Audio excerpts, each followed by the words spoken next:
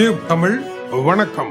என்று மாலை வரை கிடைத்துள்ள ஈரான் அமெரிக்க போர்க்களத்தினுடைய முக்கியமான செய்திகள். ஈரானினுடைய உயர்மட்ட ராணுவ அதிகாரி முகமது ஜாபர் அசாடி அமெரிக்காவுடனான ஒரு போர் தொடங்குவதற்கான சகல உட்பாதங்களும் காணப்படுவதாகவும் போர் எப்பொழுது வேண்டுமானாலும் தொடங்கக்கூடிய அபாயமான ஒரு சூழ்நிலை இருப்பதாக தெரிவித்திருக்கின்றார். இன்றுள்ள கள நிலவரத்தில் போருக்கான வாய்ப்புகளே அதிகம் என்றும் அவர் அதிரடியாக கூறியிருக்கின்றார். அமெரிக்காவினுடைய ஒவ்வொரு நகர்வுகளையும் தாங்கள் சந்தேகத்துடன் பார்த்து கொண்டே இருப்பதாகவும் அவர்களுடைய நகர்வுகள் சமாதானத்திற்கான குறியீடுகள் எதையும் கொண்டதாக காணவில்லை என்றும் அமெரிக்கா என்ற நாடு நம்பிக்கைக்குரிய ஒரு நாடு அல்ல என்றும் அந்த நாடு ஒப்பந்தங்களை நடைமுறைப்படுத்துவதில் நேர்மையை கடைபிடிக்கின்ற ஒரு நாடும் அல்ல என்று அமெரிக்கா மீது கடுமையான குற்றச்சாட்டுகளை வைத்திருக்கின்றார். ஆகவே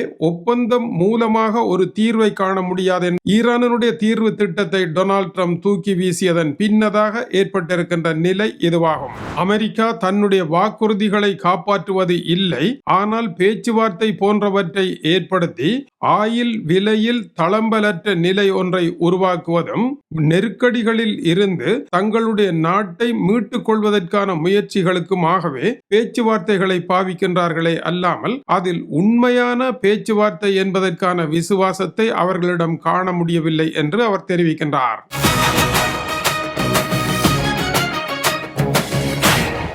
இந்த நிலையில் CNN வெளியிட்டிருக்கின்ற ஒரு செய்தியின்படி கோர்முஸ் நீரிணை மூடப்பட்டிருக்கின்ற காரணத்தினால் கையிருப்பில் இருந்த ஆயிலை பயன்படுத்திய அமெரிக்காவினுடைய களஞ்சியம் வற்றி விட்டதாக தெரிவிக்கின்றது. அமெரிக்காவினுடைய எரிசக்தி ஆணையத்தினுடைய புள்ளி விவரப்படி கடந்த 10 வருடங்களில் இல்லாத அளவிற்கு அமெரிக்காவினுடைய ஆயில் கையிருப்பில் வீழ்ச்சி ஏற்பட்டு இருப்பதாகவும் தற்போது 222 மில்லியன் பீப்பாய்கள் மட்டுமே ஆயில் அமெரிக்காவினுடைய கைவசம் மீதம் இருப்பதாகவும் கூறப்படுகின்றது.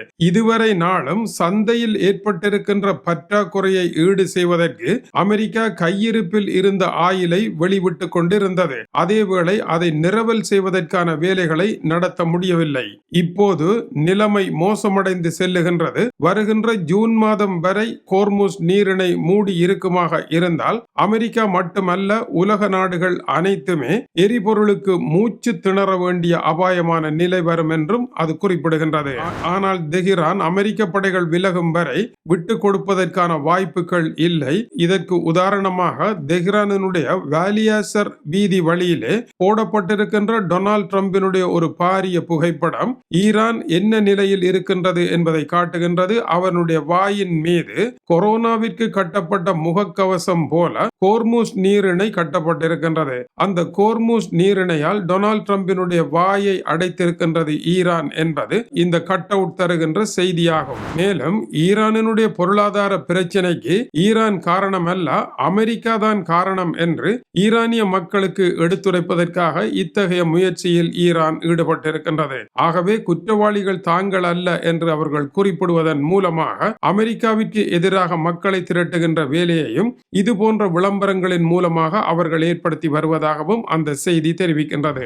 இவ்வாறு விவகாரம் சென்று கொண்டிருக்க ஈரான் போர் முடிவடைந்ததும் தான் கியூபாவை கைப்பற்றுவேன் என்று டொனால்ட் ட்ரம்ப் சிரித்தபடியே கூறியிருக்கின்றார். அடுத்தபடியாக USS ஆப்ரஹாம் லிங்கன் என்கின்ற போர்க்கப்பலை கியூபா கடற்கரை அருகாமையில் தான் அனுப்புவேன் என்றும் அவர்களை அடிபணிய வைத்து அந்த நாட்டை கைப்பற்றுவேன் என்றும் கூறியிருக்கின்றார். கியூபா மீதான பொருளாதார தடைகளை விதிக்கும் அறிக்கையில் கையொப்பமிட்ட பின்னதாக இந்த தகவலை அவர் வெளியிட்டிருக்கின்றார். இதை சிரித்தபடி அவர் கூறினாலும் கூட அவருடைய நோக்கம் இதுதான். ஈரானில் அவருடைய எண்ணம் நிறைவேறாமல் போகுமாக இருந்தால் கியூபாவை கைப்பற்றுவதன் மூலமாக அந்த இடைவெளியை அவர் நிரவல் செய்ய முயற்சி எடுப்பார் என்பது அவருடைய கருத்தாக இருக்கின்றது. தென்னை மரத்தில் தேள் கொட்ட பனை மரத்தில் நெறி கட்டியது போல ஈரானில் வாங்கிய அடிக்கு கியூபாவில் நெறி கட்ட போகின்றது என்பது இதற்கான தமிழ் பழமொழியாகும். மேலும் பல முக்கியமான செய்திகள் வந்திருக்கின்றன. ஜெர்மன் அமெரிக்க முருகலில் படைத்துறை ஆய்வாளர்களுடைய ஆய்வு, அமெரிக்க அதிபர் தான் ஒரு கடல் கொள்ளைக்காரன் என்று கூறியிருக்கின்ற கருத்து போன்றவற்றை உள்ளடக்கிய செய்தியை அறிய காத்திருங்கள். இது டியூப் தமிழினுடைய உலக செய்திகளுக்காக டென்மார்க்கில் இருந்து கீசே துறை.